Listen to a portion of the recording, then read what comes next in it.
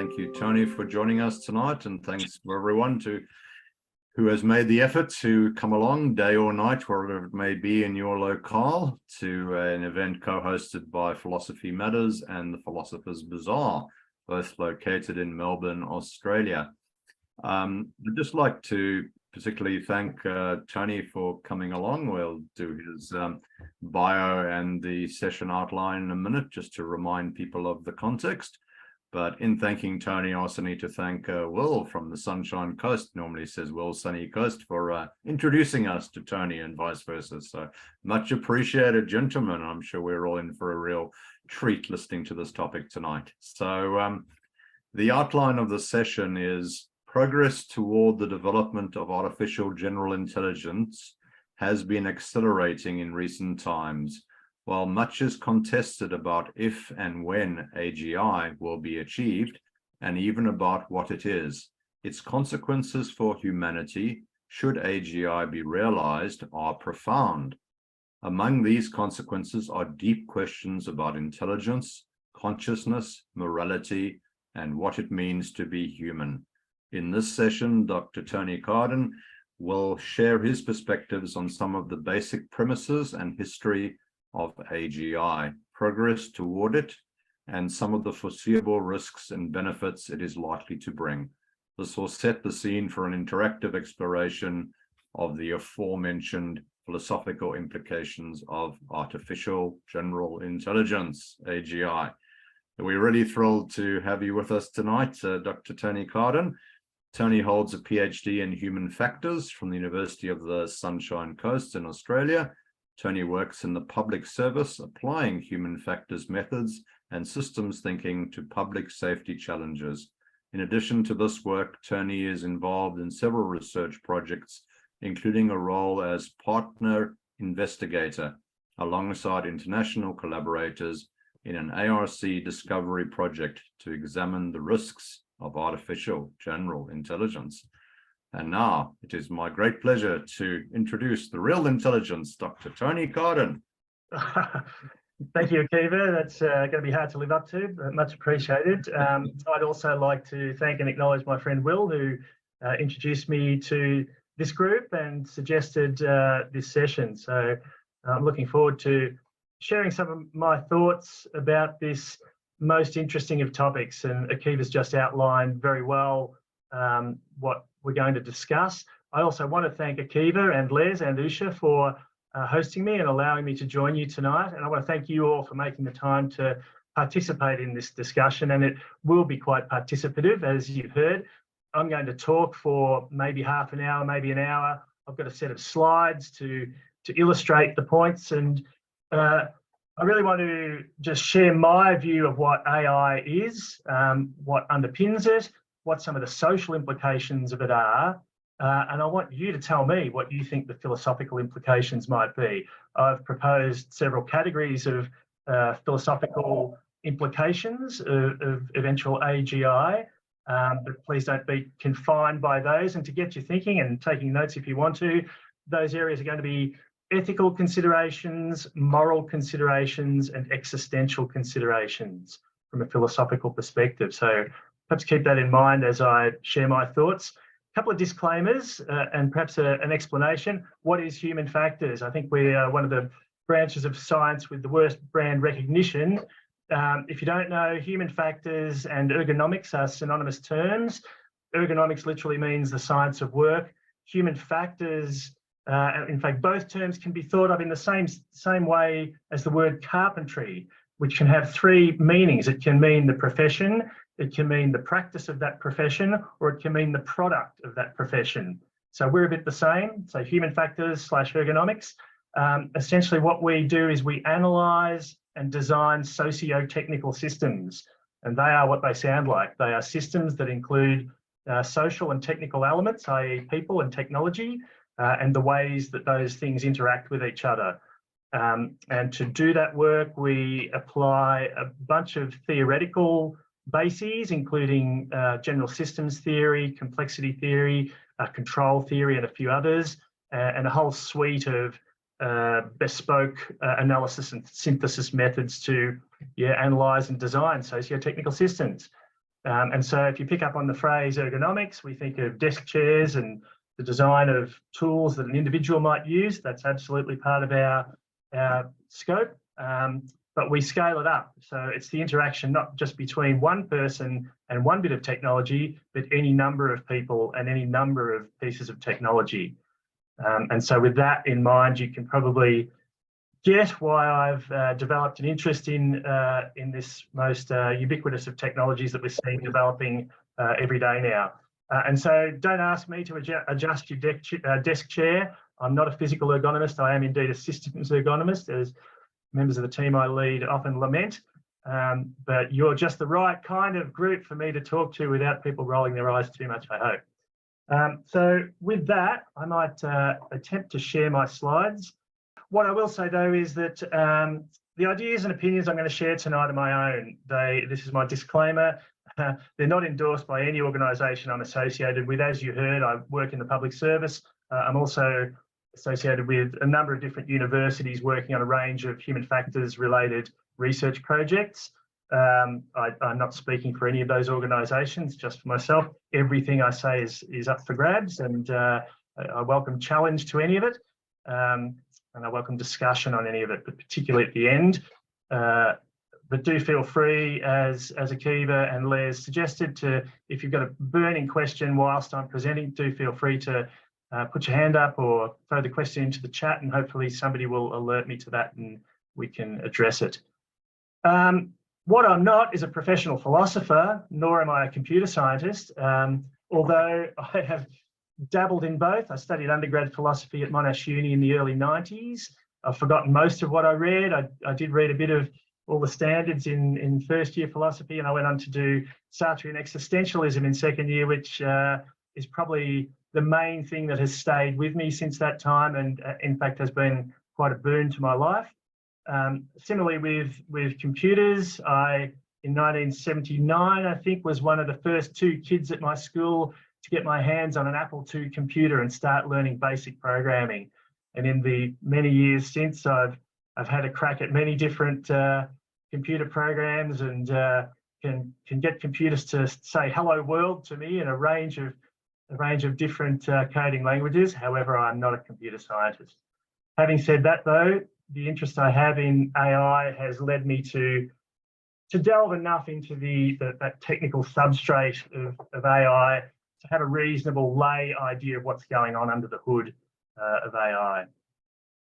So here's what I hope to cover in the next half hour to an hour. A little bit of an overview of artificial intelligence, artificial general intelligence, their benefits, their risks, and toward the end, I'm going to outline what I think some of the ethical, moral, and existential considerations might be before I believe we'll have a brief break, and then we'll open it up to general discussion on those 3 categories of philosophical implications, plus potentially more that may arise. So, what is AI? AI, the idea of AI is not new. Humans have imagined AI for millennia. So, for example, Talos was a giant automaton, depending how you'd like to say that in Greek mythology, first mentioned around 700 BC by Hesiod, sometimes referred to as the Talos of Crete. People might have seen this in a very old, jerky black and white film with Jason and the Argonauts, and Talos was created by Hephaestus to protect the island of Crete, and it was said to be made of bronze and had a single vein running down its entire body. And to kill it, Jason and the Argonauts figured that you just had to knock off the valve on its ankle that let all whatever the life force in it that ran through that vein, let that out, and that's what they did. Actually, I don't know if they killed it. I think a vague memory that Medea might have been, the snake-headed lady might have had something to do with Talos's end, but we've been thinking about these things for a long time. A couple of millennia later, in the 1800s, some people started to turn it into something more practical. So Ada Lovelace and Charles Babbage designed, but didn't build, the difference engine and the analytical engine in the early 1800s. So these were the templates, if you like, for what about a century later became computers. Around that same time, that was a similar time that Mary Shelley wrote Frankenstein. So we've been thinking about these non-human intelligences for a really long time.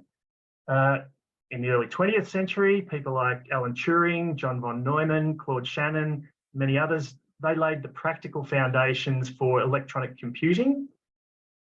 AI, as we now think of it, was really developed around the 1950s. So there were a few things happened at that time. A bunch of people, including Marvin Minsky, held a weekend retreat at which they ambitiously thought that they would be able to build a computer system that would be as smart as a human over that weekend. They fell short of that expectation.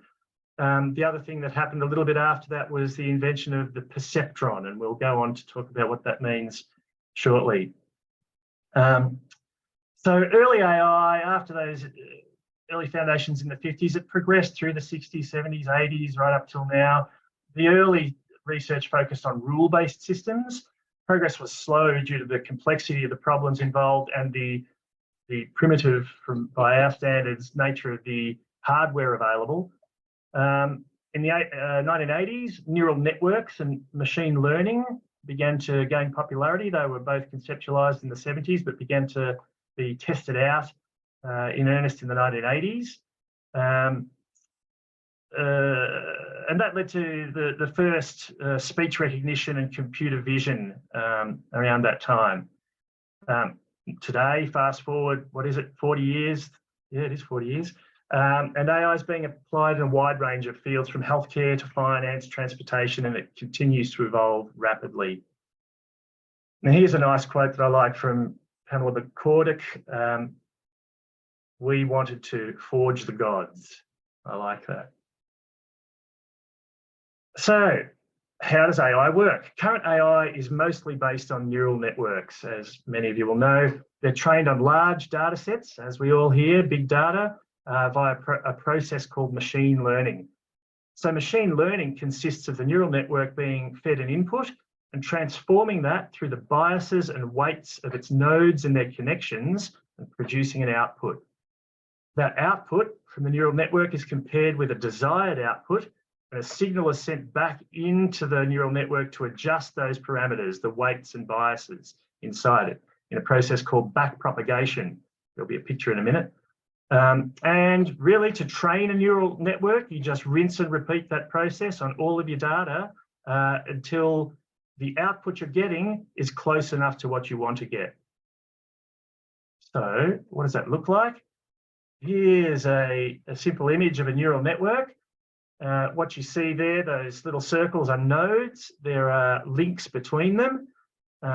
Anyone who wants to get a really good, quick introduction to how those things work, and indeed one of the early applications of them, which was recognizing digits on checks, so visual recognition of numbers on checks. And interestingly, Jan LeCun, who's now the head of AI at Meta, formerly known as Facebook, he was a key researcher back in the day in developing that system.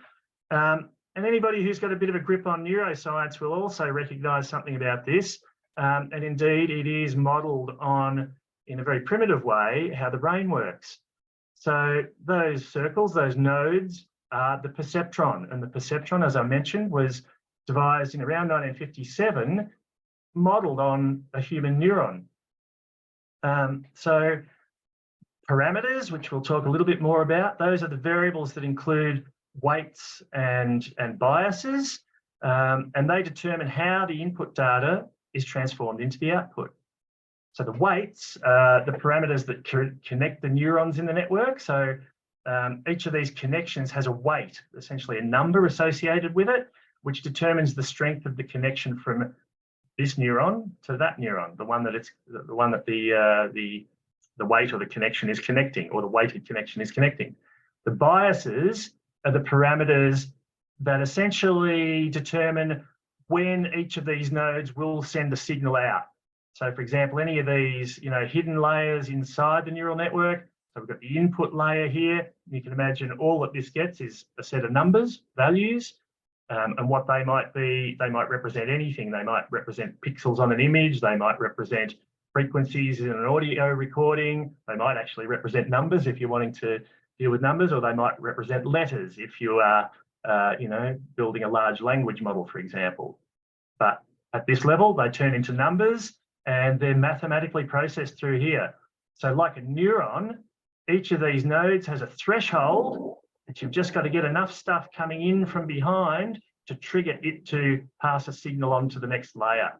When it does so, each of these weighted connections will slightly change how that signal gets through to the next node. So it's actually quite simple at that fundamental level.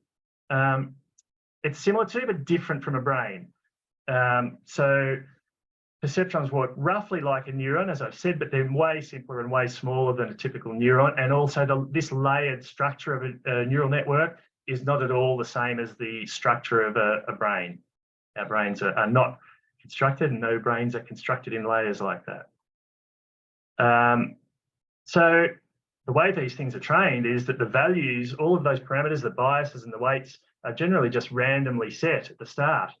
And the very lengthy process of machine learning starts by somebody going, all right, here's some input. It might be the input from my camera, and it's recognizing this number, and I've overlaid, say, a 28 by 28 grid on it.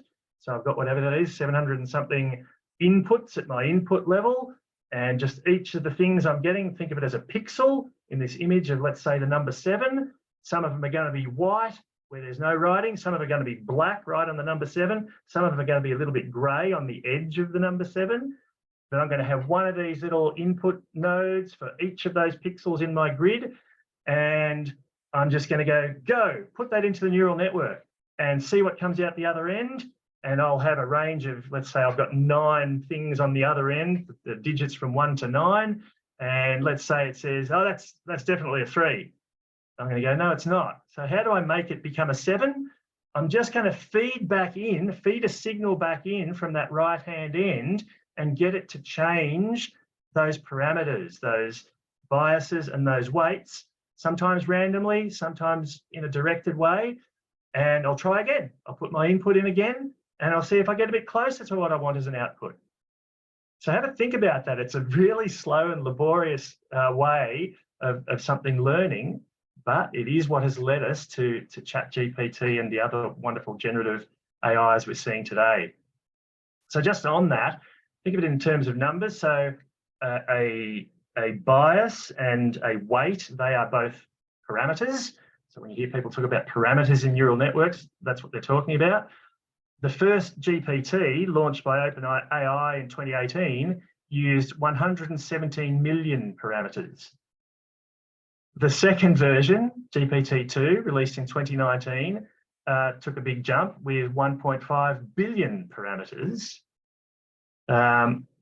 GPT-3, released last November, GPT-3 originally released in 2020, but ChatGPT, which was powered by, which is the public version. So by the way, GPT, all of those 1, 2, and 3, they've been available to nerds for quite some time, but the publicly released ChatGPT, which is a chatbot built on ChatGPT3, on GPT-3, was released in November of last year, basically on an evolved version of GPT-3. But GPT-3 in 2020, 175 billion parameters. Remember, version 2 was 1.5 billion, then it's 175 billion. OpenAI has refused to reveal the number of parameters used in the current version, GPT-4. It's been speculated that GPT-4 uses around 100 trillion parameters. Although Sam Altman and Greg Brockman, the bosses of OpenAI, have denied that, there is reason to not dismiss that speculation. So this thing times 1 trillion is what you're looking at with the modern neural networks. So what is AGI, artificial general intelligence? So intelligence has a bunch of definitions. It can be defined as the ability to learn from and adapt to new situations, to solve problems and make decisions that result in successful outcomes. That's a reasonable definition in my view. AGI is often defined as a type of AI that has the ability to understand or learn any intellectual task that a human can. I think a more accurate definition of AGI really could be a type of AI that can learn, solve problems, and make decisions that result in successful outcomes. And here's the key: in multiple domains. So what we currently have is what's often called weak AI, or artificial narrow intelligence, ANI. And ANI is what powers all the preference algorithms in all of our Netflixes and YouTubes and Facebooks and TikToks. It's what makes the decisions in driverless cars. It's what underpins the various decision-making AIs that are used in various areas of public administration and so on. However, this new crop, this recently developed set of general AI applications, including the large language models I've just been talking about, like the ChatGPTs of the world, and of course the others you'll be familiar with, text-to-image generative systems like DALL-E 2, Stable Diffusion, and others. They arguably are beginning to solve problems in multiple domains. So, for example, you can ask ChatGPT a question in any domain of human knowledge. It will give you an answer, some sort of answer. It may or may not be true, but it will give you an answer. So we don't yet have human-level AGI, but many billions of dollars are being invested in the effort to create it. The biggest companies, the leading companies who are working towards it, they overtly and centrally are working towards it. It is the mission statement of OpenAI and of DeepMind, the Google AI leaders, and those two, along with Stanford University, kind of are leading the push towards developing artificial general intelligence. There seems to be no technical barrier to it, and a lot of computer scientists think that all you need is more and bigger and faster neural networks. However, there's an ongoing and fairly strong debate around whether that's true. So a lot has been gained, a lot of functionality has evolved out of these machine learnt deep neural networks, but some folks think that it's not enough, that we need neurosymbolic or neuromorphic approaches, that we need some stuff to be built in and not just made up by that, as we saw with that description of how the neural network learns.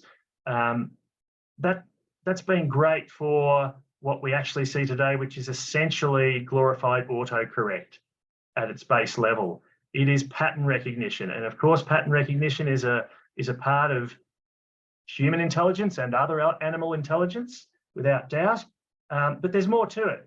The model you see on the slide on the screen now is devised by Yann LeCun, who I mentioned before, head of AI at Facebook. He was for a long time a big fan, and he, by the way, invented convolutional neural networks, which are a big advance in machine learnt deep learning networks.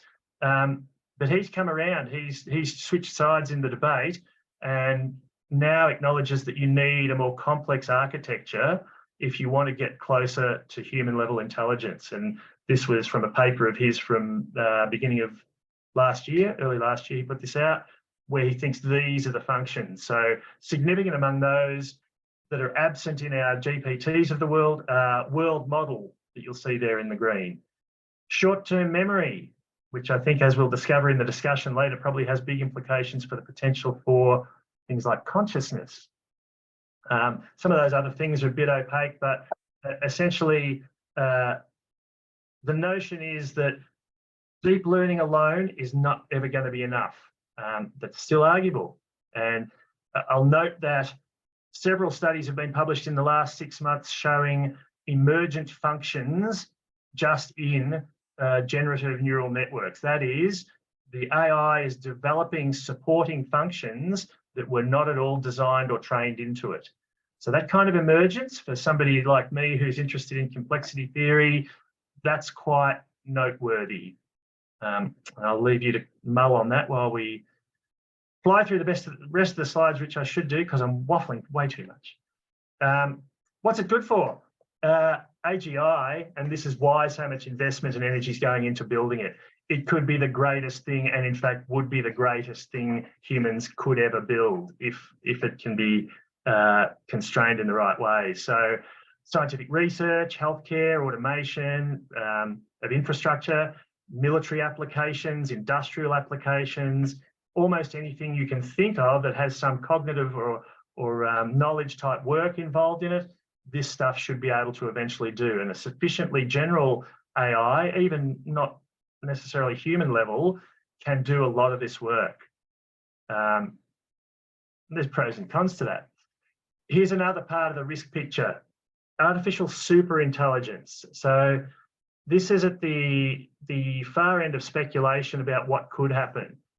So the logic is that an intelligence system, no matter what we call objective function is, its main function, the thing that it's intended to do, no matter what that is, if it has the ability to synthesize and generate functions for itself, the first thing it's going to want to do in order to serve its primary function, its objective function, is make sure you can't get switched off.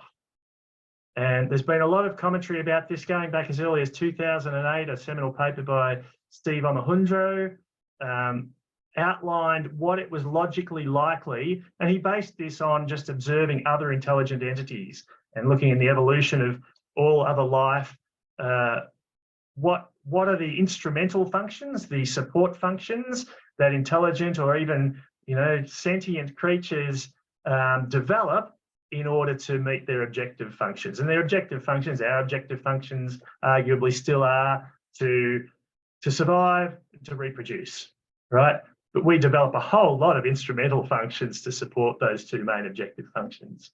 So the idea is that it's taken us a really long time, how do you want to count it?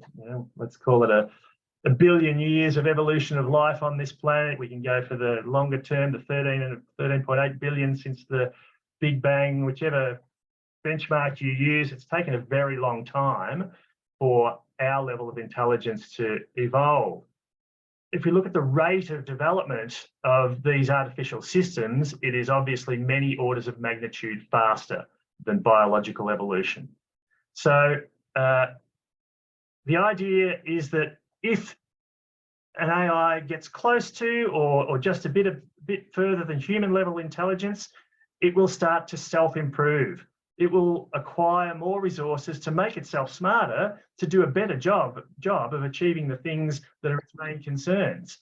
As that process develops, some problems can kick in. And what I like is, here's this analogy of where we are on this intelligence staircase in relation to some of our biological relatives. There's a chimp, there's a chicken, there's an ant. And if you think about us sitting a couple of stairs up from the chimp, quite a few stairs up from the chicken, and many stairs up from the ant, we don't bear any of them malice in particular, although we do like the taste of the middle one, some of us.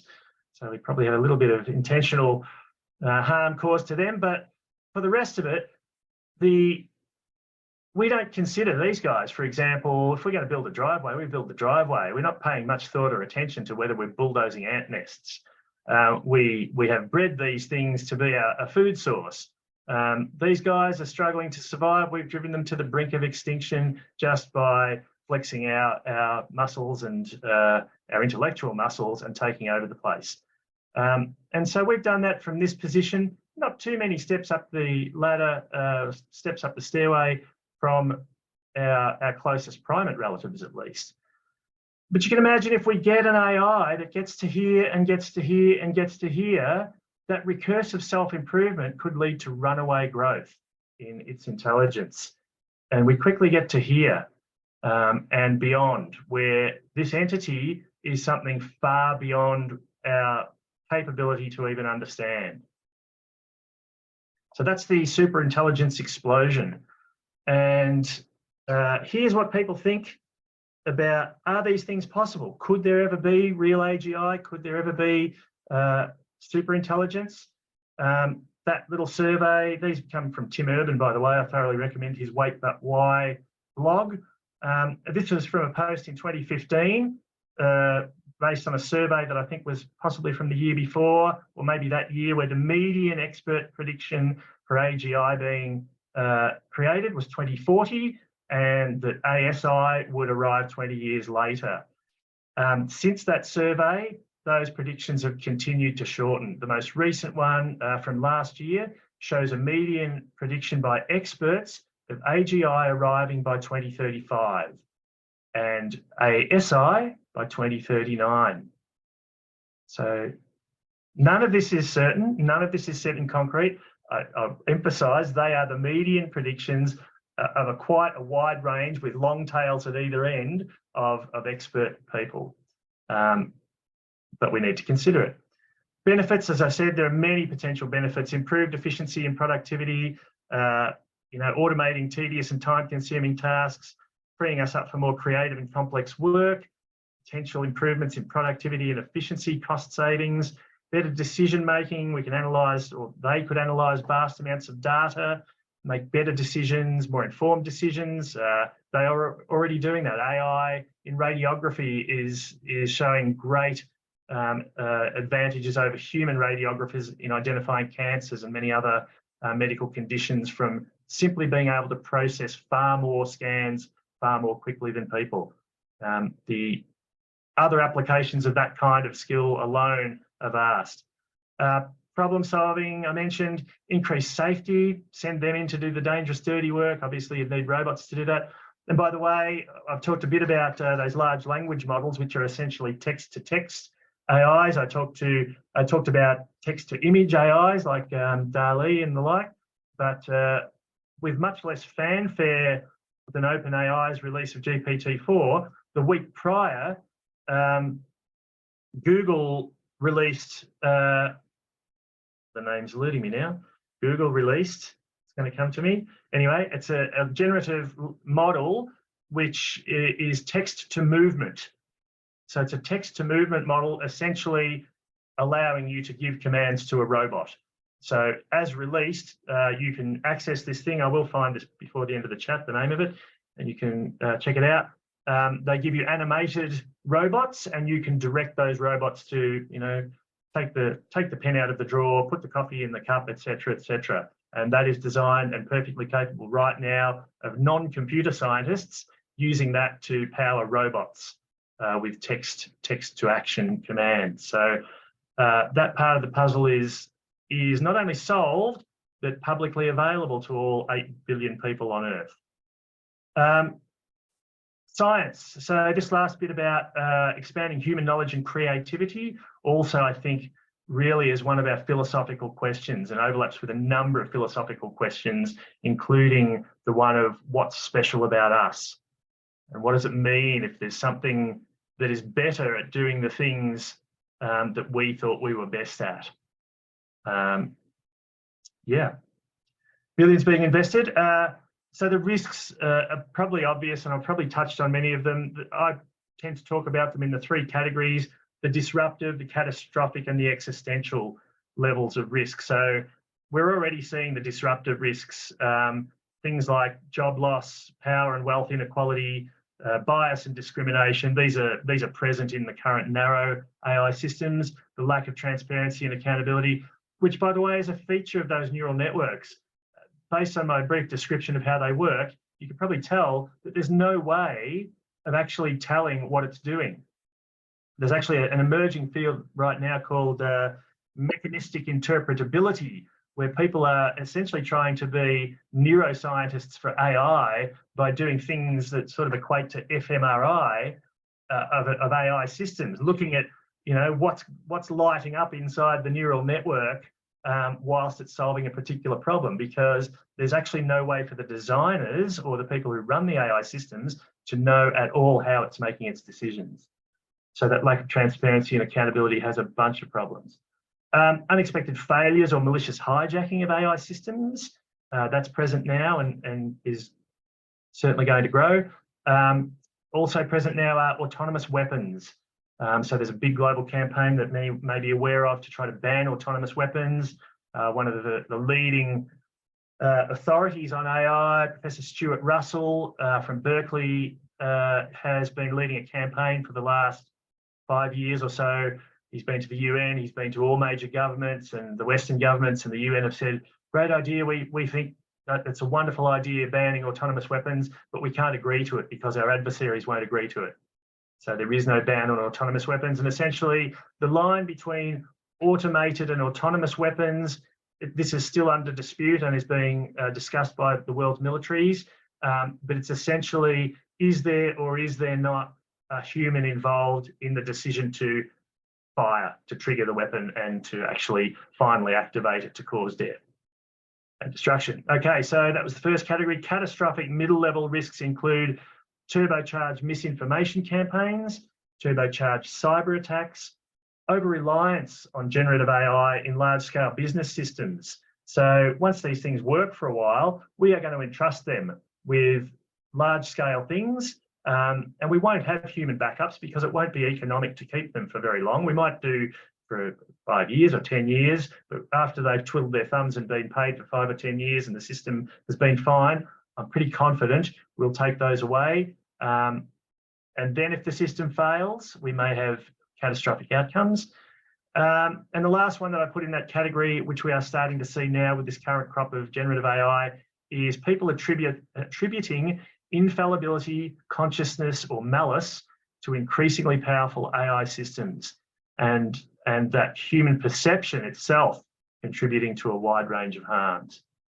And finally, in the highest level of risk, existential risks, including the subjugation of humanity, or global climate or resource-related catastrophe, or leading to either irretrievable human degradation or extinction. And I'll touch on a few of those in the final slides, but those scenarios are very well represented in the literature on AI risk. How to control it? Well, sorry, before I get to how to control it, here are the risks of artificial general intelligence in more detail. Those control and safety risks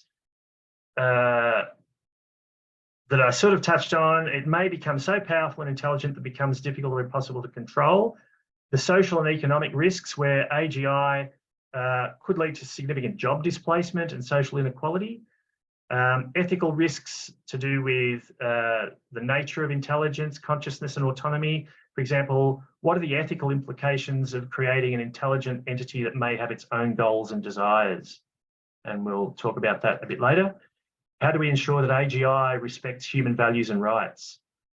There's also a risk that AGI may produce unintended outcomes or side effects that could be harmful to humans or the environment.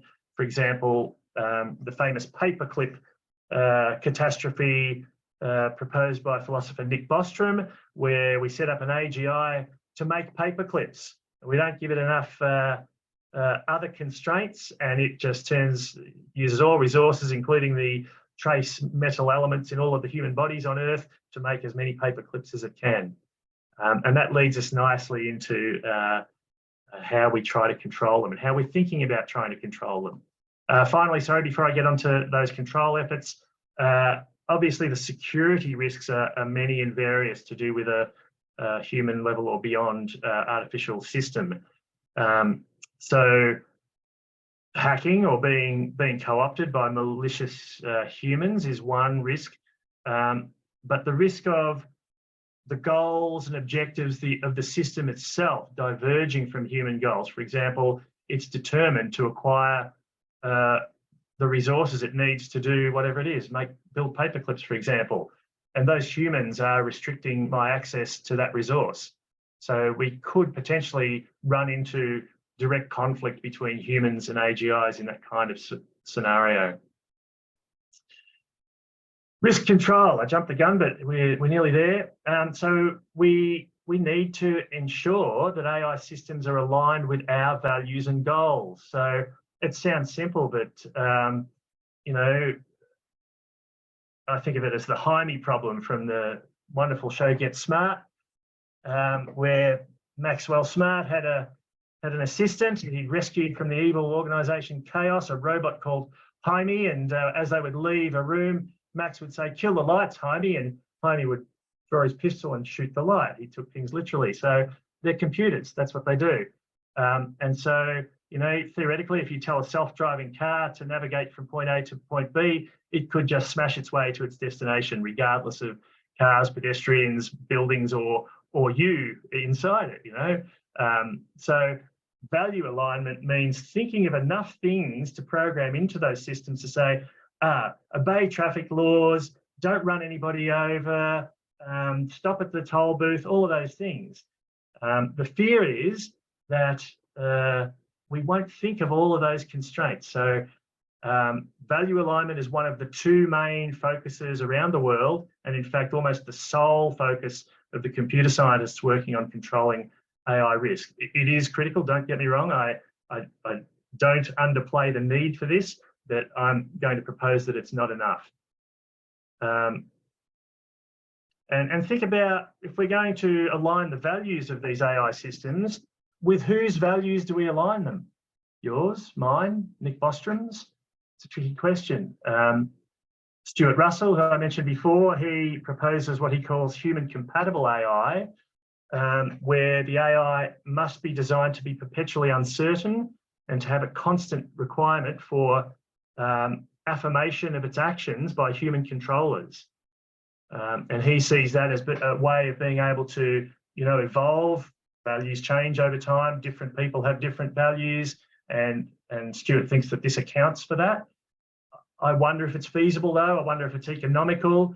The research that my group is doing is indicating that the sort of envisioned systems, the likely applications of AGI, are likely to attempt to minimise. They themselves will attempt to minimise human interference in what they do, as a way of optimising what it is that they do. And as I mentioned before, it's likely both to be uneconomical to have people second guessing these systems, and it obviously compromises system performance if we're saying that the benefit of these systems is to be able to perform cognitive tasks vastly more quickly and in a more sophisticated way than humans, but they have to check with a human each time. That obviously defeats the purpose. So there are challenges there. The other main area is around governance, so legal and ethical constraints. So this is what many of the thinkers in the world are focusing on as the other, as well as value alignment, way of controlling AI and AGI risk. And again, I personally agree with this. I absolutely think there's a need for global governments. I do think, though, as I said, that those two things, value alignment and governance, are not enough. And this comes from my human factors perspective that I mentioned at the start. In a socio-technical system, what we observe is that things that happen in those systems or in any complex system don't arise from the characteristics or the attributes of any single element, but instead emerge from interactions between system elements. So if we apply that thinking to a society, a socio-technical system that has these super intelligences or other artificial human level intelligences in it, they are actors in the system like we are, and it will be their interactions with people, with other AIs, and with physical things in the world that can give rise to anything, whether it be harmful or beneficial. And so we are contemplating what other things in our socio-technical system may need to be modified to help mitigate the risks posed by AGI. And I haven't emphasised it enough, but I should, and to optimise the incredible, mind-blowing potential benefits of this technology. In terms of what's happening in this space at the moment, I did a quick check the other day when I was putting these slides together. There are currently over 800 AI policy initiatives from 69 countries, territories, and the EU at the moment. However, we criticise those as being too general, too vague, too high level, and too slow. They take a long time. I work in government. I know how slow the wheels turn in public administration, and this technology is rapidly advancing far more quickly than our institutions are capable of, or traditionally capable of getting a grip on. And as an example, none of those 800 policy initiatives had any impact on, for example, the global public release of this current crop of generative AI systems out of the US. So it's wonderful that they exist. The intention is good. The effect seems to be negligible so far. Which brings me to my last slide, and I apologise for cramming such a lot in there in this first hour. these are the things that I want to invite you to consider. And as I said, I'm not a philosopher, but these are the things that occur to me as looming philosophical questions emerging from what I increasingly think is the likely emergence of artificial general intelligence, and what I increasingly think is likely to occur within most of our lifetimes.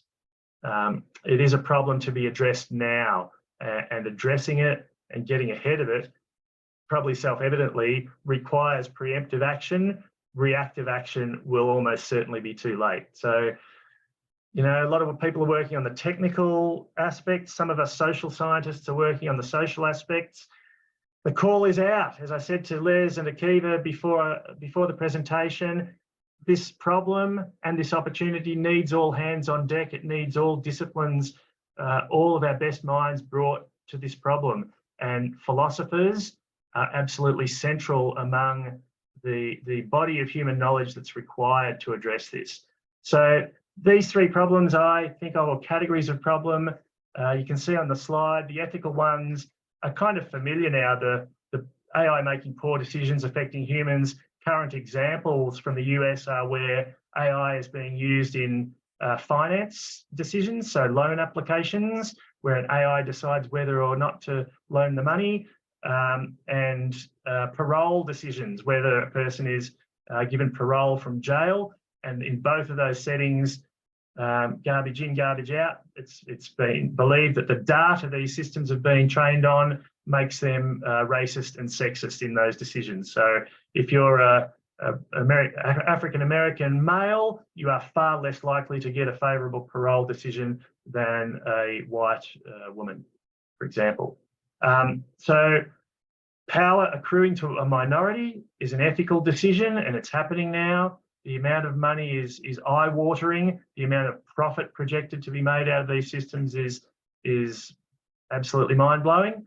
And you combine that with the likely displacement of many workers, and you can see that the current inequalities, social inequalities around the world and within nations and between nations is likely to magnify. The moral considerations that I can think of, could AI become conscious? And if it does, what would be its moral status? Could we continue to use it as a slave? Would it need legal rights? What would that mean? What would it mean as its intelligence and power and cognitive capacities increase when it has legal rights? It's going to beat us every time in court. So just on that, it's often dismissed, but it shouldn't be dismissed. David Chalmers, who some of you will know of, expat Aussie philosopher working in the US, presented at the world's premier AI conference last year. It's called NeurIPS, that conference.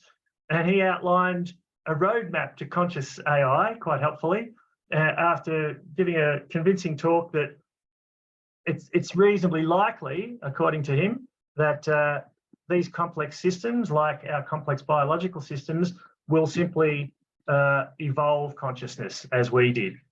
Oh, I've lost one of my screens here. All right. Hopefully you can still hear me. Oh, there you are. I've got you all back again. So David thinks that it may already be starting to evolve. He can't rule that out, but if it doesn't, I see what's happened here. He has outlined a roadmap to make it happen. And essentially he said, first we need to understand what consciousness is, because we don't understand that yet. We need theory to underpin that, both scientific and philosophical theories of consciousness. We need to be able to interpret what's happening inside large language models, our current best AIs. We need to ask the question, should we build conscious AI? We need for them to develop and have built into them perception, language, action models to build and support a world model. They need to have genuine memory and genuine recurrent memory to be able to support consciousness. They need to be able to work with a global workspace and not just focus on a limited set of problems at any given time. They need a unified person or creature model. So at the moment they don't have a centered sense. They are just as I said, glorified autocorrect. But to become conscious, they would need some locus for identity. We need them to be able to describe features of consciousness that they weren't trained to describe.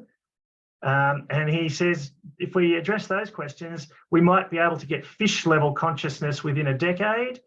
And then he asks, if that's not quite enough, what's missing? So he's put the call out. How do we get to conscious AI? With that, I will stop talking. I will go to my last slide. I will thank you all for listening, and I'll hand back over to Akiva to facilitate the next bit. Thank you so much, Tony. Very thought-provoking, and I'm sure highly informative for all of us. I think your sort of distinction between the artificial narrow intelligence, which can do lots of things today, and the artificial general intelligence is clearly crucial. And I love your invitation, which I'm sure this group and others will take up, to become part of the team looking at the philosophical implications Excellent. of artificial general intelligence. It would seem like a group effort is most definitely required. So we had discussions about these topics, and so during my PhD years in Macquarie, it's another ARC center anyway, we used to have discussions on the philosophical intersection between, of course, we were in cognitive science, so there's a straight out interest in artificial general intelligence and other kinds. We'd probably have longer discussions at a later point about this, but then you're right. We've not, in the last 10, 12, 15 years or so, the discussion hasn't changed or evolved from the basic questions really that we had asked in 2000, when was that? 2008, 2009. Yeah. Technology has evolved, but not the philosophical questions.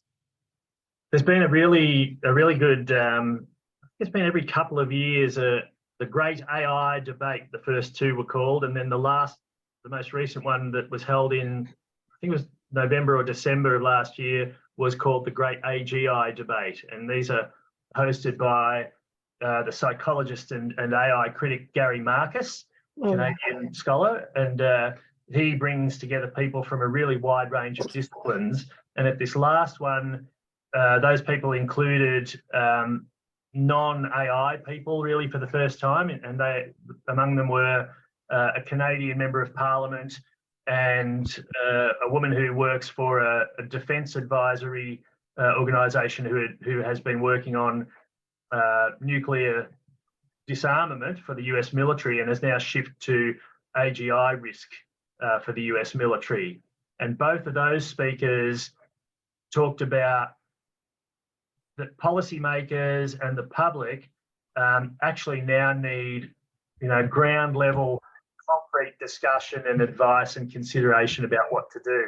Up until now, it's all been fairly high level and backroom. It's been to do with, as I said, value alignment and ethics and fairness and transparency. But the pace of the technology requires us now to get a little bit more down in the weeds with some of the other risks. Brandon, thank you so much. Would you like to ask a question? Yep. So thanks for the talk, Tony. I think it was great. So in my humble opinion, I think that in most of the cognitive models that are out there, what's really missing is the explainability piece. And I'll just clarify here, I don't necessarily consider like natural language processing to be in and of itself an explainable kind of process. I think it's a good tool within that, but I don't think it is. And I personally don't think I can trust a cognitive agent that can't produce that kind of explainability piece. So from what you've seen, do you think there's kind of a space growing for this explainability piece in the general AI kind of domain? And how do you think from a philosophical standpoint, we can generate an AGI that not only displays consciousness, but has an explainable process to be able to rationalize its conscious kind of manner? That's a great question, Brandon. So at the sort of fundamental level, I'll reiterate that these systems, explainability is sort of the inverse of opacity, or well, analogous to transparency. So they're not transparent. They are opaque, these systems. The very nature of them, as we saw with those neural networks, is we don't know what's going on inside them. They themselves don't know. They don't know anything as yet, we think. So at present, there is no way of them being explainable. We can speculate that if they do become more sophisticated, more generalized, one of the functions that it may be able to, may be possible to build into them could be explainability. As far as my reading goes, we don't have that yet. And as I mentioned, that mechanistic interpretability effort, which is gaining some traction, seems to be the best hope at the moment. But it's a post facto sort of thing where the system's already running and they're looking at it from the outside to try and interpret after the fact what it's done. And the criticisms of that approach are based exactly on that. Well, what good is it? What good is it being able to say after it's turned us all into paper clips why it turned us all into paper clips? So I think you ask a great question, Brandon. I think we add it to the list of things that need to be put to the developers of these systems. Sam typed a question into the chat. Tony, could you please elaborate on what you meant by loss of meaning as an existential risk? Excellent question again. So loss of meaning. Douglas Hofstadter was a really excellent author. I recommend his book, Gödel, Escher, Bach, to anyone who's interested in this space, written many years ago.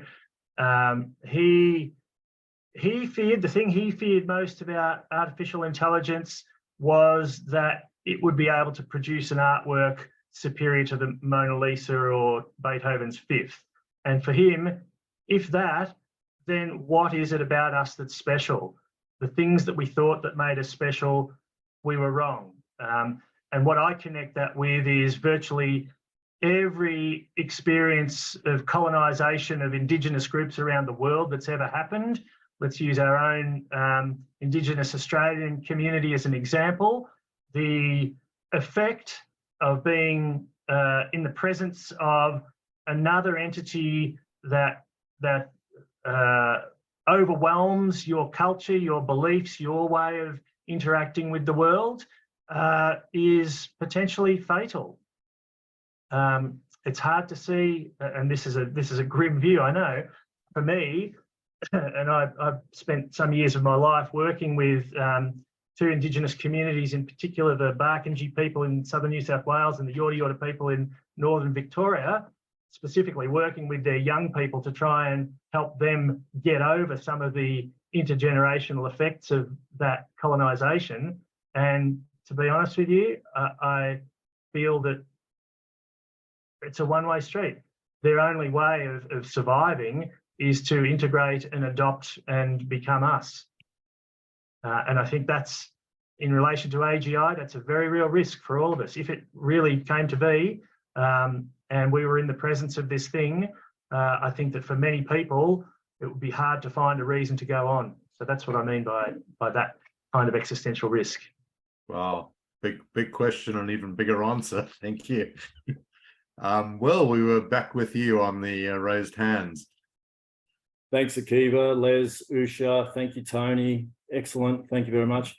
The thing that struck me the most through the presentation was when you said that AI may get to the point where we go,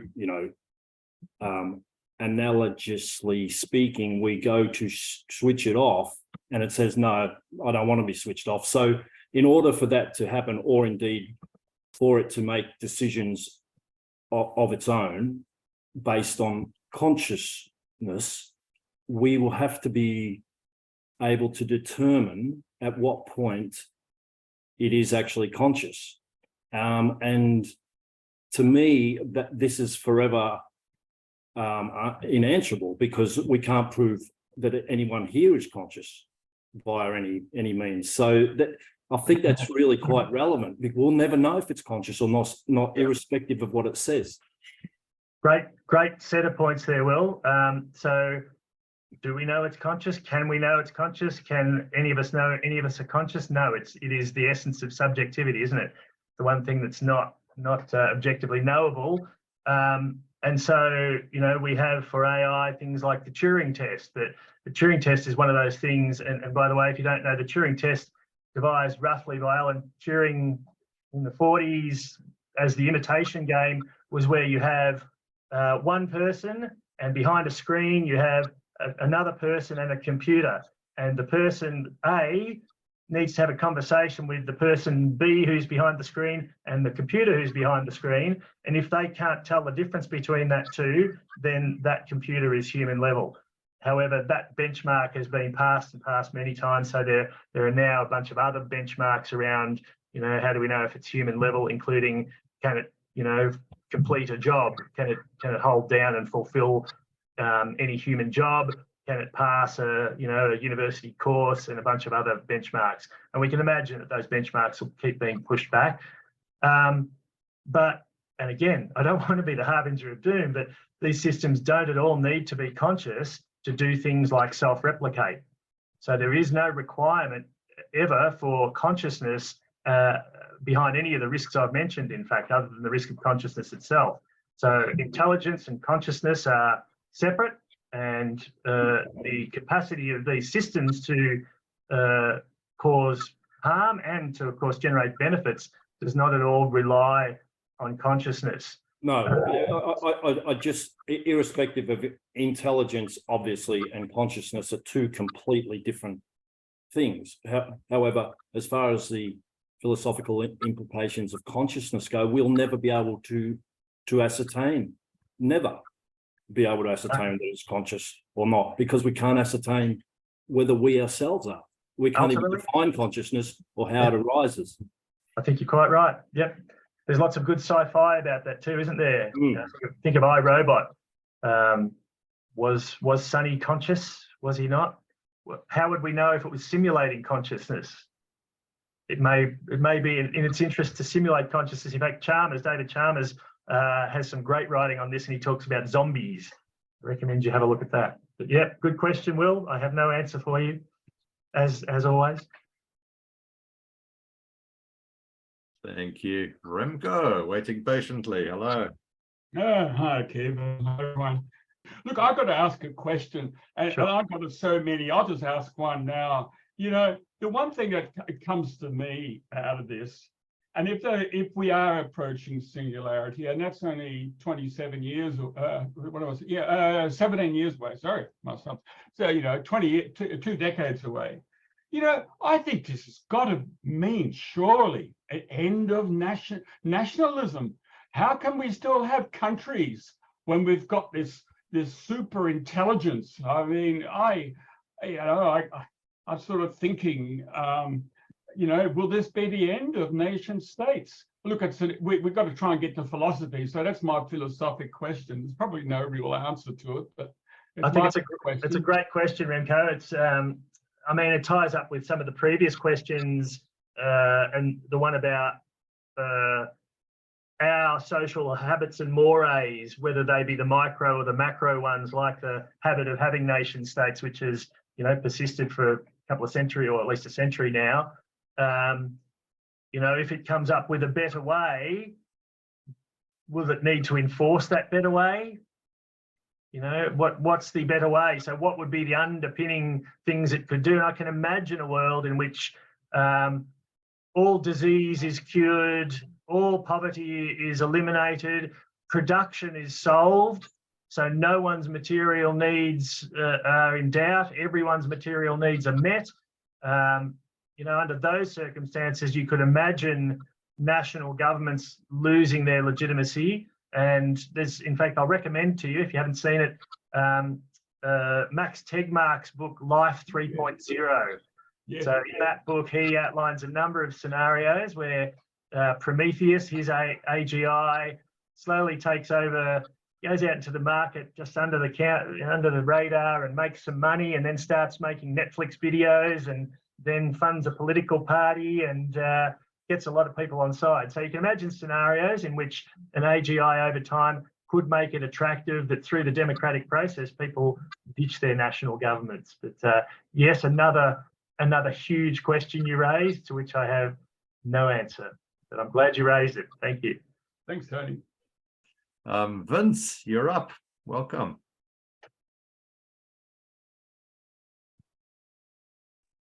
Sorry, I was trying to find my cursor. Can you hear me? Good. Yeah. Thanks very much, Tony, and hi to everyone.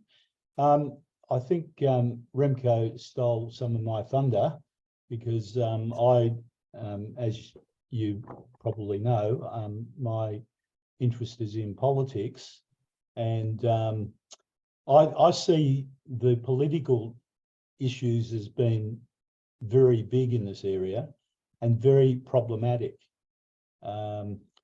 Yes, on the one hand, I do agree that large corporations can become very powerful, can start to influence trends, global trends. But I also see that national governments also have a big impact, and not necessarily democratic governments. I'm thinking more of the authoritarian governments. And you look at things like China's social credit system or systems that they're trying to implement. You know, the spying that goes on through cameras all over the place. You know, London is full of cameras that are now sort of starting to be more and more integrated. They can feed into something like an AI system. So I don't see it as simplistic as that. And also, you know, maybe some of the non-problematic issues, like, well, they are problematic, but health issues, you know, everyone wants better health outcomes. So that's where there may be common goals. But on the other hand, governments that want to stay in government and want to start to control their populations and want to start controlling people in their own parties can turn to systems here. And also you've got foreign governments that can start to interfere in the elections of other governments. Anyway, I just thought I'd throw some of those issues up. But in general terms, I see the difference between a global and a national or regional power structures as being critical, one of the critical elements in decisions that need to be made in the future about things like this. I think you raised some really important points there, Vince. And from my perspective, governments have been really slow and are still really slow to come to grips with this emerging technology. They have left it to laissez-faire, to the market to regulate. It's telling that the leaders of the developers, this includes Sam Altman at OpenAI, Elon Musk and others, are quite loudly and emphatically calling for government regulation and for global government regulation. It's clear that they fear some of the things that you mentioned. One of the most chilling things I've seen in recent times was in that AGI debate that I mentioned earlier. One of the speakers was Kai-Fu Lee, who is a Chinese/Taiwanese AI billionaire who I've listened to for quite some years. He has always been very bullish about the positive prospects of AI. In this debate at the end of last year, it's the first time I've ever heard him seriously concerned about the risks. And he was specifically talking about the stuff that his own companies and technicians have developed around data points on people. So he made reference to the Cambridge Analytica hack that compromised the US election in 2016. And he pointed out that that was based on a very small data set, I think of roughly 50,000 people with 5 data points on each of those people. Using that, Cambridge Analytica were able to extrapolate out and do targeted advertising that made a measurable effect on that election. It compromised democracy. Kai-Fu Lee is concerned because the beast he's unleashed, he says now, can, and I'll be wrong on this number, but it's something like a number of around 75 data points on all 8 billion people on Earth. And so he's very concerned, not just that people who control that data will be able to predict what others will do, it will be the reverse. It will be that the people who control that data can shape the beliefs and behaviour in great detail of everybody. Yep. And so, again, I sound like the Grim Reaper, and I'm not shedding any sunshine onto the issue you raised, but I think there has to be, if we're to see the other side of this, there needs to be social engagement through the political process, and that needs to be global. I'll finally say that what we do here and see of increasingly sophisticated AI, of course, is coming out of America. And for all of its many faults, and we could argue that it's in a state of decline in a number of ways, they still do cleave to some of those values of, to some extent, openness, democracy, transparency, some of those things. And indeed, the people producing, these systems, including DeepMind and OpenAI, are to some extent opening the window. A lot of people can rightly say that they're doing it in a limited way, but they are doing it to some extent. We don't know what's going on in China. We don't know what's going on in Russia. We can guess that the technology is further advanced coming out of the US, but we can reasonably guess that it's going to be not far behind in those more closed societies. So watch that space, I say. Yeah. Thanks, Tony. Cheers. Thank you. Les. Thanks. First, a comment, and then I think a quick question for Tony. Thinking about the existential risk on people losing meaning because humanness has lost its specialness, and you had the good example of AI may be able to do paintings better than the Mona Lisa. And I have two thoughts there. One is that for the man and woman working in the Ford factory and working in a nursing home, actually that sounds rather sexist. It's the man working in the nursing home and the woman working at the Ford factory. If they find out that when they find out that AI, general AI or any kind of AI is doing better paintings than Leonardo da Vinci, for them they'll say, who cares? I think my point there is they're not going to lose any sense of meaning and purposeness because that's not important to them. So that's the first thing. The second thing is in some ways what is better in art or music is in the eye of the beholder. And just let me qualify that. So within each genre, like in music, you've got rap music and you've got country rock, and there might be objective standards within each genre. But if somebody's painting better than Leonardo da Vinci, and say if that's a realist art form, then if you're into pop art, once again, existentially, meaningfully, that's not going to worry you. So I think my point there is not just one objective standard in art or music about what's best. It's restricted to particular genres. So that's my comment about that. Actually, if you've got some comment on that, Tony, I'd appreciate it. I'll quickly comment on both of those things before I forget them. So the first one, robots have mostly taken the jobs in the Ford factory anyway. So there's no Ford factory anymore. So there is still a little bit of Ford factory. And the other observation there is that there was some recent data showing that most of and this was US data, of course, looking at things to do with wealth inequality and reducing life expectancy, and particularly focusing on secondary or lower educated white communities and their decline economically, socioeconomically. Most of that has been due to automation. So just a bit over 50% of that, some of it's been due to other factors. It's been touted over there as due to globalism, outsourcing things to other countries, but you scratch that and you find that it is companies applying automation and reducing their need for human labour and labour costs. So that's that thing. The loss of meaning thing, I think Douglas Hofstadter, he did mean his comment both literally but also metaphorically, or as an example. And the expansion of the Mona Lisa and Beethoven's Fourth is, Notre Dame Cathedral, all the highest, achievements. You could argue AI itself, all of the creations, technical and cultural and poetic or whatever it might be of humanity, if we stand in the presence of something simply that we recognise, can't avoid recognising is better than us in all of those ways that we thought were the special things about us, he thinks that that's a loss of meaning for him.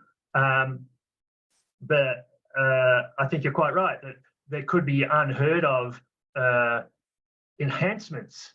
I don't know if this is where you're going with it, but unheard of enhancements to our own creativity that we could gain through augmentation in partnership with these systems, which leads into another whole branch of this discussion around brain-computer interfaces and Elon Musk's solution to the risks of AGI, which is that we become them. Sorry, what's the second part of your short technical question. I think you were talking about large language models like the Chat GPT, when you said that there's evidence that of the neural network building in its own support functions. And I was thinking, and in that part of the conversation, you were talking about the modularity of the human brain and how some theorists think we need some kind of modularity to get the next step in AI. So the question I had was, are people seeing evidence in the neural network, the biggest and best neural networks, are people seeing evidence of the neural net forming modules with more specialized functions within the neural net? Yes, indeed. That's exactly what those recent bits of research have discovered. So they will be specific actual physical regions within the network, and they refer to that, that architecture that we saw before, they refer to that as a circuit, somewhat confusingly, because it's built out of electronic circuits that look nothing like that circuit, but think of it as a logic circuit, and specific regions of that logic circuit are what they've identified as being devoted to evolving these little support functions that weren't programmed in. And they're little support functions that facilitate the main function, the objective function of the neural net.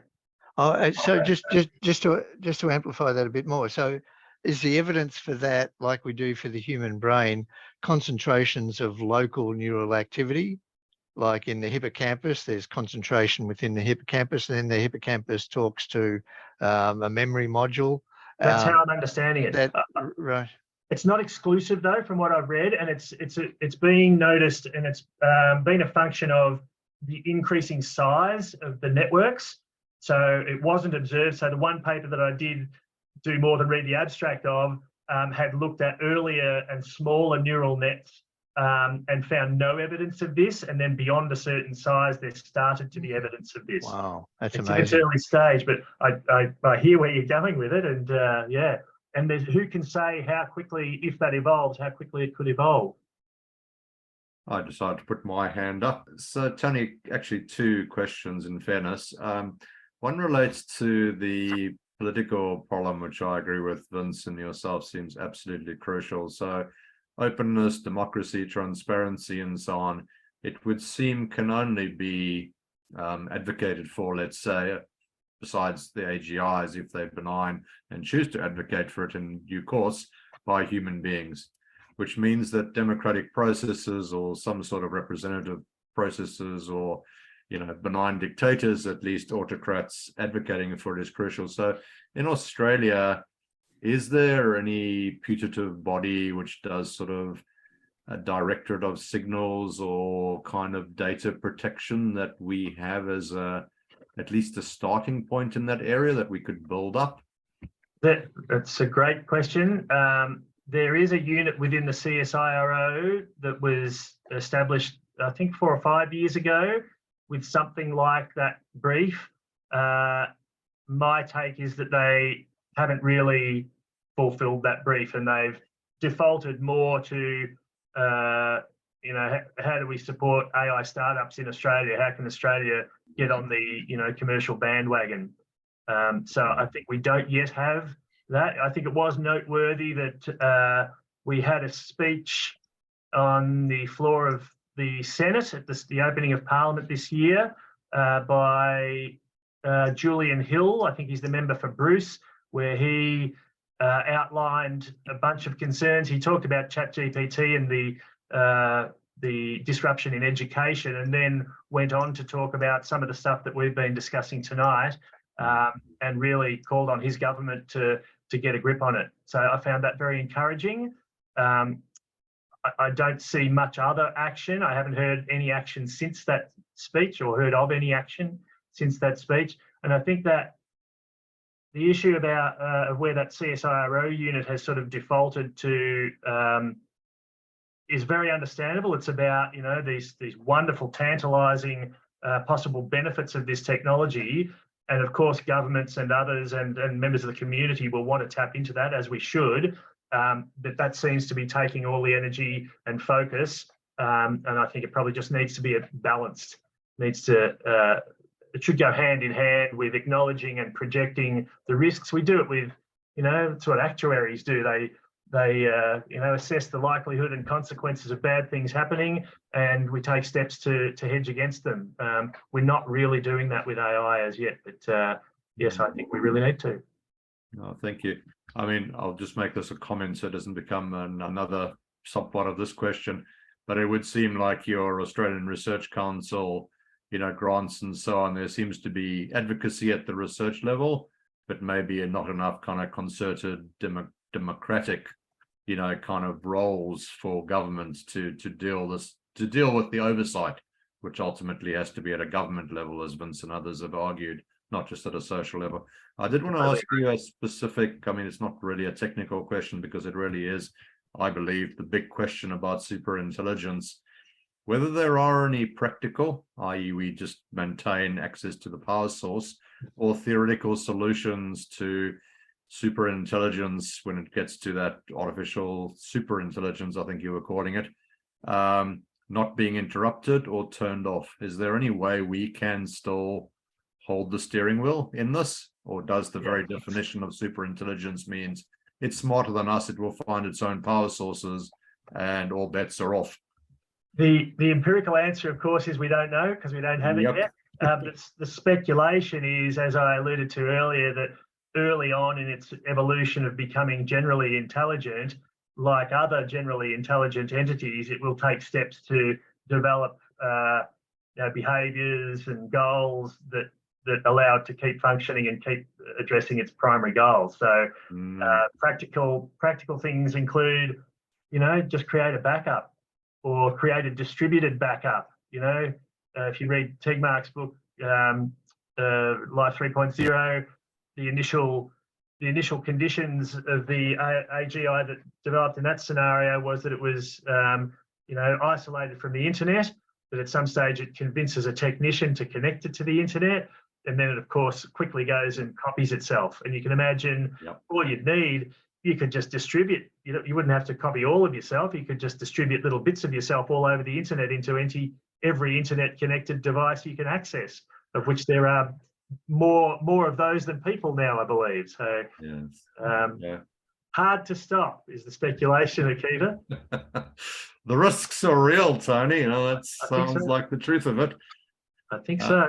Well, thank you for highlighting them for us. Yeah, absolutely. Remco, did you have your hand up again? Looks like it. Yes, could be. Yeah. You know, Yuval Harari in his book Homo Deus talks about we being hackable. Yeah. And I found that very confronting. And I thought, I'm not hackable. And then when I was dealing with ChatGPT, I was asking it some questions, and it came up with the most eloquent answers, and I put some really complex stuff to it. And I thought, oh, wonderful. And I was prepared to run with it. Now, I was hacked, because I accepted what was actually, when I actually started to think about it, I thought, you can't say that. It was so beautiful and eloquent and so well reasoned that I was seduced.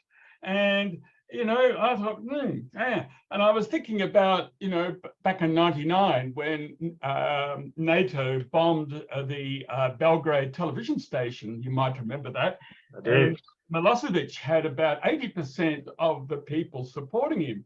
And, you know, when they destroyed that television station, his popularity plummeted. It went in less than 3 months from 80 to just 20%. And I thought, there is something in this hackability. And then when you look at these numbers out of Russia, somebody talked about Ukraine, how can we not talk about it?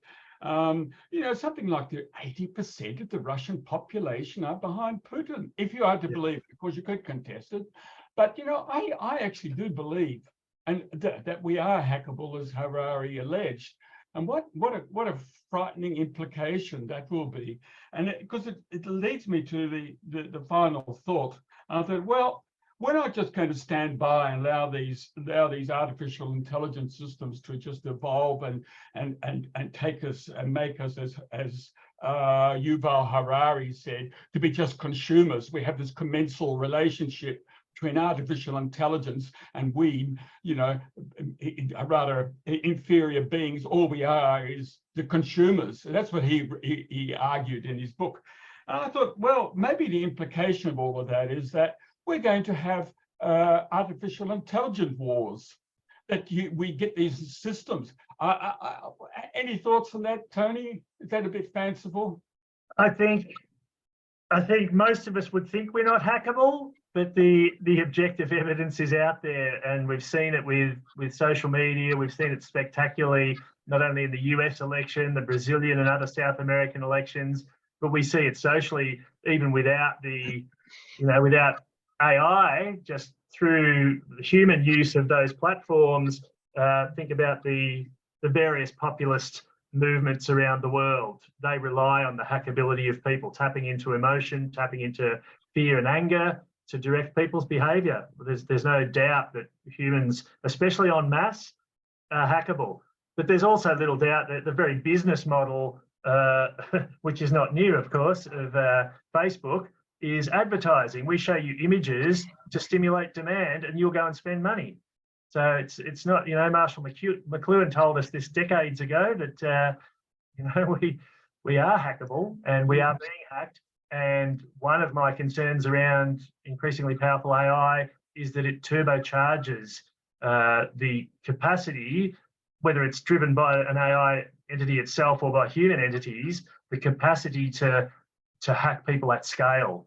So at the scale that affects elections, affects economic factors, demand, supply, behavior en masse. That has catastrophic potential.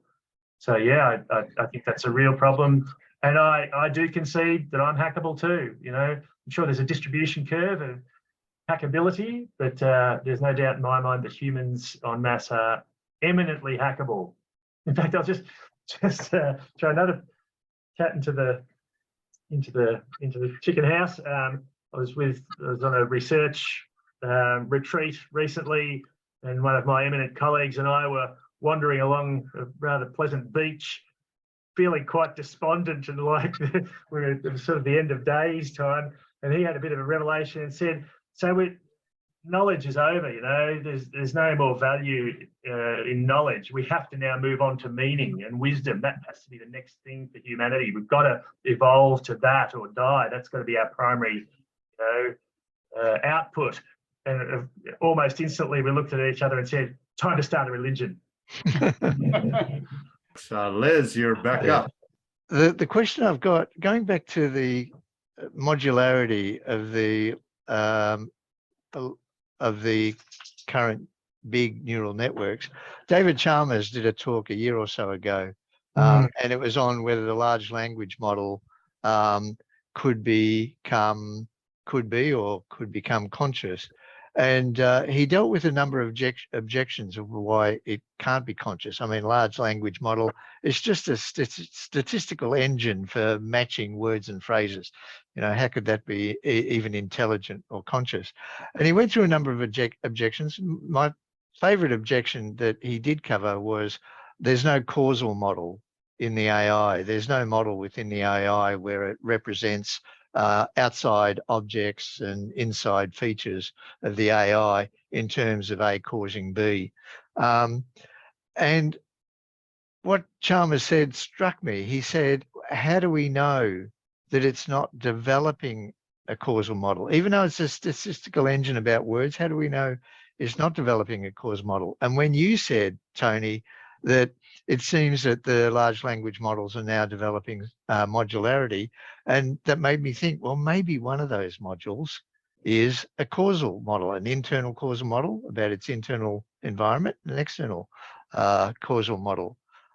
So I suppose my question is, when they're now starting to discern some level of modularity in the neural network, are they getting any idea what the function of each of these modules are, or are they still completely in the dark about Yes, no, so those couple of papers do identify what the function is. That's kind of inherent in the study. The broader point about causal inference, just like a world model to which it's closely tied, and also the notion of abstraction, the ability to abstract things that are very prominently identified by, you know, critics of AI or critics of of worries about AI. They say, you know, it doesn't have those things, and therefore it can't really achieve its positive and negative potentials. However, two things. One, there are a couple of labs working very active on causal inference models. Judea Pearl, who's a eminent professor, his lab works pretty much exclusively on that. His wonderful book that I've started, it's a hard read, The Book of Why, is all about causal inference and very much as it applies to AI. But your other point is where I sort of gravitate to, Les, and Will and I have had many discussions about this over quite an extended period of time: emergence in complex systems. So yes, it is just pattern matching. It is, you know, it just originated from a model that could predict what was the next letter and then what's the next word. But we can also say that this, you know, couple of pounds of gooey stuff in my head is ultimately just electrons and quarks. So, you know, we can go up a level of, you know, system level and say, well, what emerges out of the, you know, the interaction of all those electrons and quarks? Oh, there's a physical entity, physical process. And what emerges out of those? Oh, chemical and electrical processes. What emerges out of those? All the other stuff at different levels of the system. And so I can imagine that may actually be a generic feature of complex systems. And I think this is actually the premise, the fundamental theoretic premise behind the boosters of the neural networks alone will get us to AGI position. That if we simply make them big enough and fast enough, emergence will take care of the rest. That's just fascinating. It's a great question. Thanks, Tony. Thank you, Vince. Mine's related to hackability again. I just looking at Chat GTP, I am a bit concerned about the balanced approach it takes. You know, you ask it to predict something or to talk about a particular issue, and it says on the one hand this, on the other hand this. You know, and you know, I can see that whoever's sort of designed it is trying to sort of take an impartial perspective, but that impartiality that's built into the system, in fact, can lead us astray. You know, if you're talking about climate change, for example, you know, we know that there are climate deniers, but the relative weighting of the deniers against this almost all of the scientists that agree that something is happening doesn't come through. And also, you know, sources, you've got to ask for sources and then it gives you a summary. But knowing most people, that's what they're after. You know, the general populace is not interested in the detail. They want simple answers, and that's what they're going to get. And I think this is where the hackability can come in big time. I'd say absolutely, Vince, and I would immediately after say be wary of everything that GPT, whatever number, tells you. So those references it generates are most likely to be fake. There's a whole bunch of other things, like people will drop a URL, you know, a web address into ChatGPT and tell it summarize what's at this website.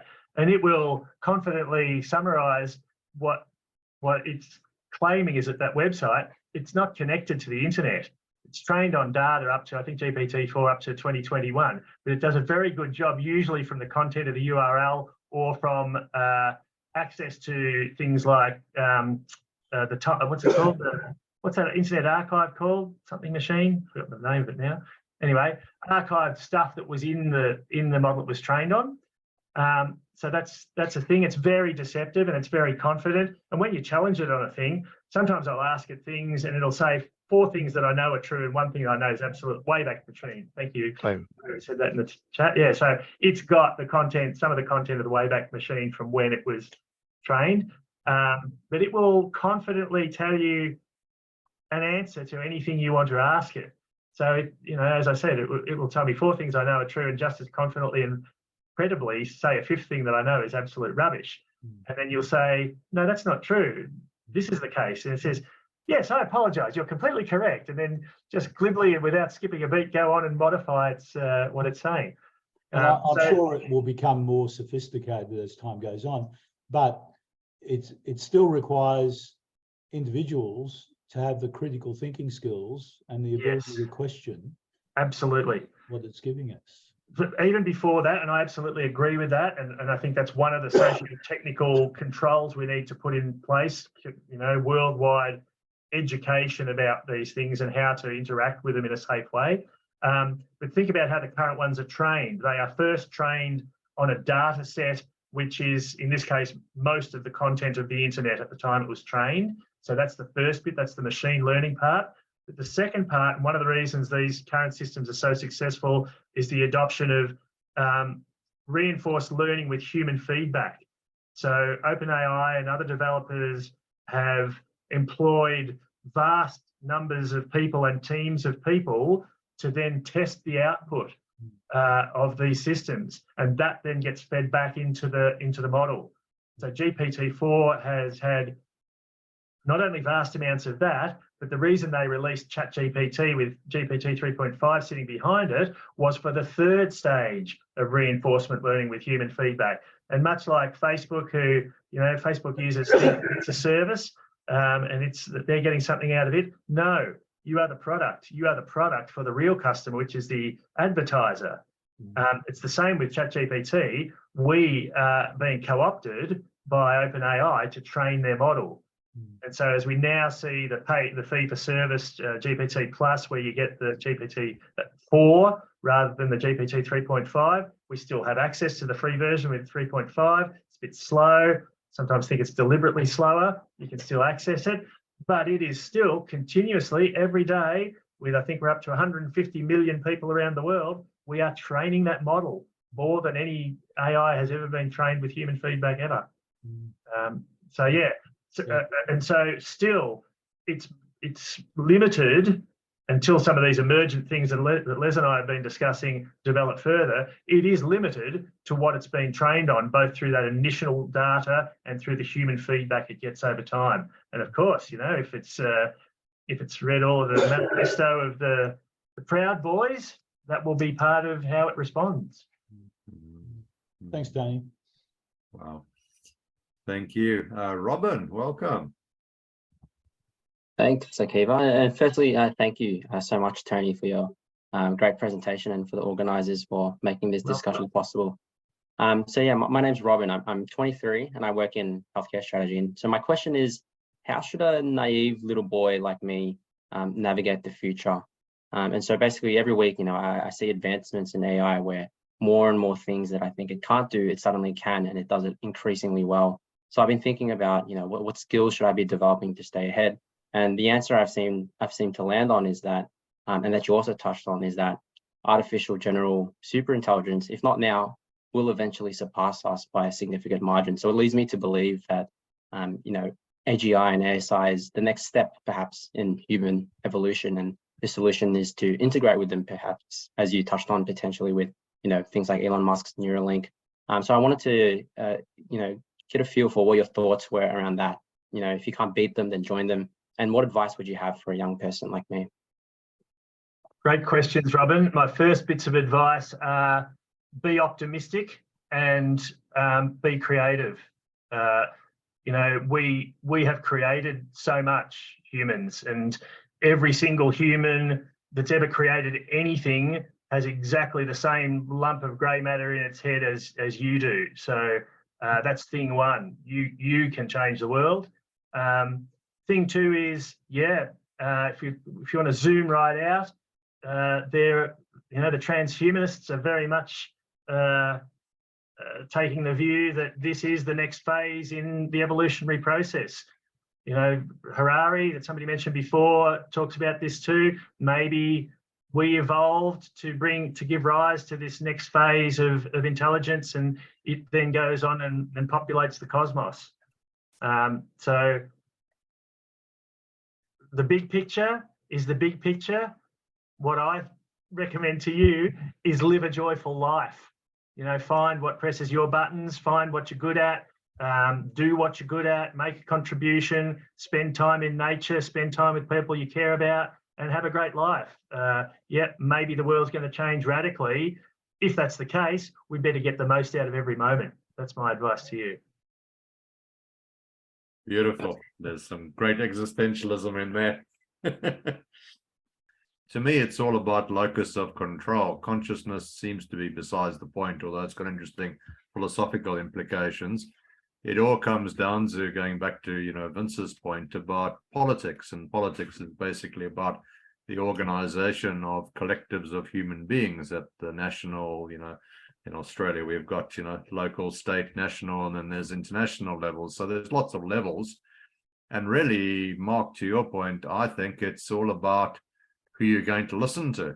So if you've got an expert system, you know, ChatGPT or whatever, which tells you how to solve the war in Ukraine or, you know, global poverty, it's just going to be one voice among many. It's only really when ChatGPT version 99 actually exercises global governance. If that happens, then the superintelligence is super powerful. I don't think the risk is really superintelligence, because you can still negotiate. I mean, Les is a very intelligent guy, but I still negotiate with him and sometimes disagree with him on rights theory versus utilitarianism. So neither of us is necessarily right, because we've got a values dispute and a philosophical dispute, and the world continues, right? Because Mark and I don't always agree on everything, but he makes decisions in his world and I make decisions in mine. It's all about control. Politics is ultimately about, if, you know, Prime Minister Albanese says this is the way, my way or the highway, or President Trump does that. So it's all about power rather than intelligence, I think. What do you reckon, Tony? I think that they're really good points, and that in the grand scheme of things, we can argue, or I would contend, that the single factor that has conveyed the greatest power to any group is intelligence. Yeah. Have a look at this image behind me. Look at how much we've modified this planet. We've done that not because we've got sharp claws or can run fast. It's because we are the preeminent intelligent being. And I guess the extrapolation to the idea of an artificial superintelligence posing a risk to us, you know, arises from the same idea. It's that power imbalance. And it is hard to envisage. It's hard to envisage the incipient steps between now and an artificial superintelligence. What could that world look like? What would it have to look like for such a thing to exist? I think that it would need to have fundamentally different other supporting technologies in place, social structures, expectations, and a whole bunch of other things before we could get to that. But the worry about it is that simply as we stand in relation to, you know, less intelligent biological entities right now, it's not that we, you know, wish them any malice. It's that if our goals conflict with theirs, we prevail, often at their expense. And that's really the risk of a vastly superior intelligence living in our midst. And the slight advantage we've got over the other intelligent forms of intelligence is our communication skills. So we can kind of liaise with other human beings and other nation states and work out what's supposedly in our best interests. But are you suggesting perhaps that the power of persuasion becomes part of the social tools or the socio-technical solutions that superintelligence harnesses? So we all become, hackable and persuadable, and we all, kowtow to the great intelligence.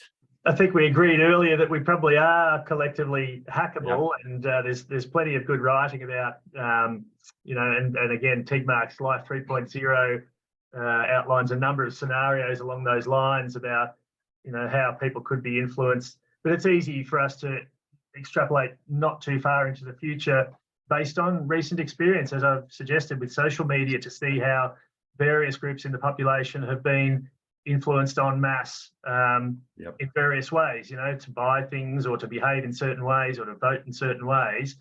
So it doesn't seem a difficult leap for me to imagine a world in which a sophisticated, beyond human level AI could avail itself of social media platforms, of infrastructure, of governmental functions, of a whole bunch of other elements at scale in the system to have large effects on people, populations. Very afraid. Thank you. Les. Just building on the discussion we're having about this, I'm inclined to think before we get to the problem of a super AI's goals and objectives conflicting with us humans, the earlier problem, I think, is that different human groups have different goals and objectives, and these different groups are going to use their own local AIs, AGIs, even super AIs to further their own interests. So I think, so you were talking, Tony, about one of the problems is getting the AI to conform with our own values. But the problem is, beyond the base agreement that we all have, which is furthering the interests of our own in-group, whether it's people in our own religion, people in our own state, our own nation, even our own gender. Beyond that, there are different ethical systems, and I've got 3 examples here. So what are we going to feed into the AI as a moral algorithm? One divergence is those people who think that the principle of freedom is more important than the principle of general welfare. That's one disagreement. Another one is people who think the principle of security is more important than the principle of privacy. And the last one is those people who think that the principle of prolonging life is more important than the principle of autonomy. So there's 3 divergent moral opinions. Which one of those are we going to feed into the AI as a moral algorithm? And that's only 3 of them.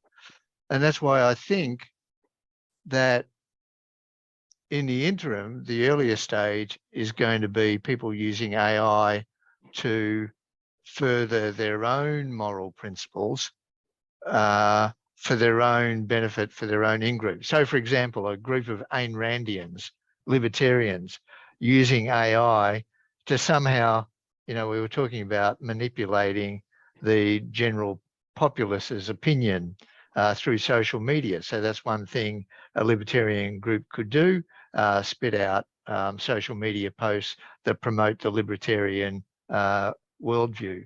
So I think that's the initial challenge that we're going to have with AI.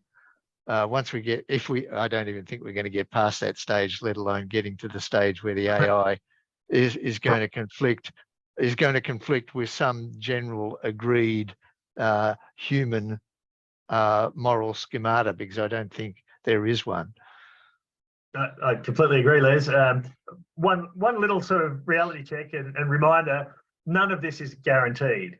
It is speculative. And I would say that when I started looking at this in depth about 5 or 6 years ago, I was quite skeptical about the prospect of this ever occurring. It seemed firmly for me at the time in the realms of sci-fi. And yet, as time has passed, as the technology's progressed, as I've learnt more about it, I think I've joined not that I'm in the same league as them, but I've joined the majority of high-level AI experts in thinking it's increasingly likely that true AGI will at some point be produced. I see it as increasingly feasible. I can't really estimate when. I do have to take seriously the estimates of people more informed than I am, and as somebody who does spend a lot of time looking at risk and safety and probability, I find it prudent to start thinking about it and having conversations like this to come up with ways of both mitigating the risks and optimizing the potential, accrual of the benefits. Sci-fi has a lot of great responses to what you just outlined, Les, differing values. So enclaves. So I think William Gibson, possibly Neil Stevenson, and more recently again, Max Tegmark have all outlined in their writings a world in which, there are prominent AGIs and people sort of gravitate into values-based enclaves based on some of the things that you just described. And there'll be an enclave who rejects the AI. It's got no part in their lives, and they're all like Amish people, growing their own food and rejecting technology. There are other people who quickly rush out and get their Neuralink implant and upload themselves to the web and, inhabit their consciousness into a spacecraft that goes off for 1,000 years to somewhere else, etc. And people get to choose. Interestingly, actually, I saw a reasonably simple and practical proposal this week for a base level starting point for regulating AI, which is to require producers of generative AI systems to disclose, even though the systems are opaque and we can't know what's going on within them, we can ask them to tell us what data it was trained on.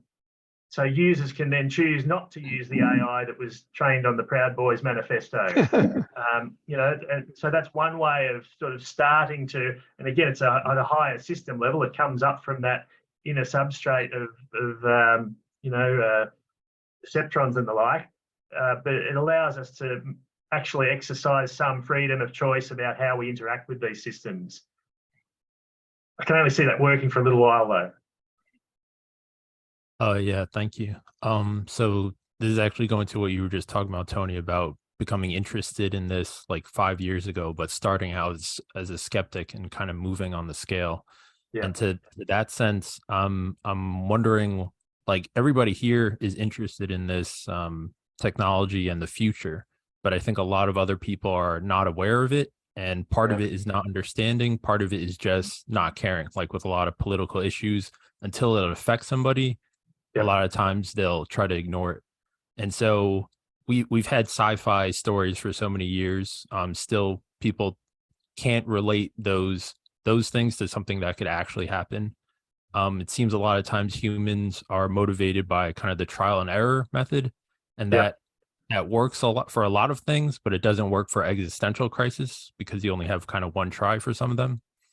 And so the idea about like what would be the catalyst that got people to understand that things could be different with AI? Like, is it a physical, like a humanoid robot that they have to see before they go like, oh, this could be dangerous? Or because things like, and you talked about before, like the most kind of subtle, if the AGI starts to have its own intentions and it pretends not to, but it like starts a company, makes money, affects political elections, like all those are really subtle, abstract things that it's hard to kind of show people.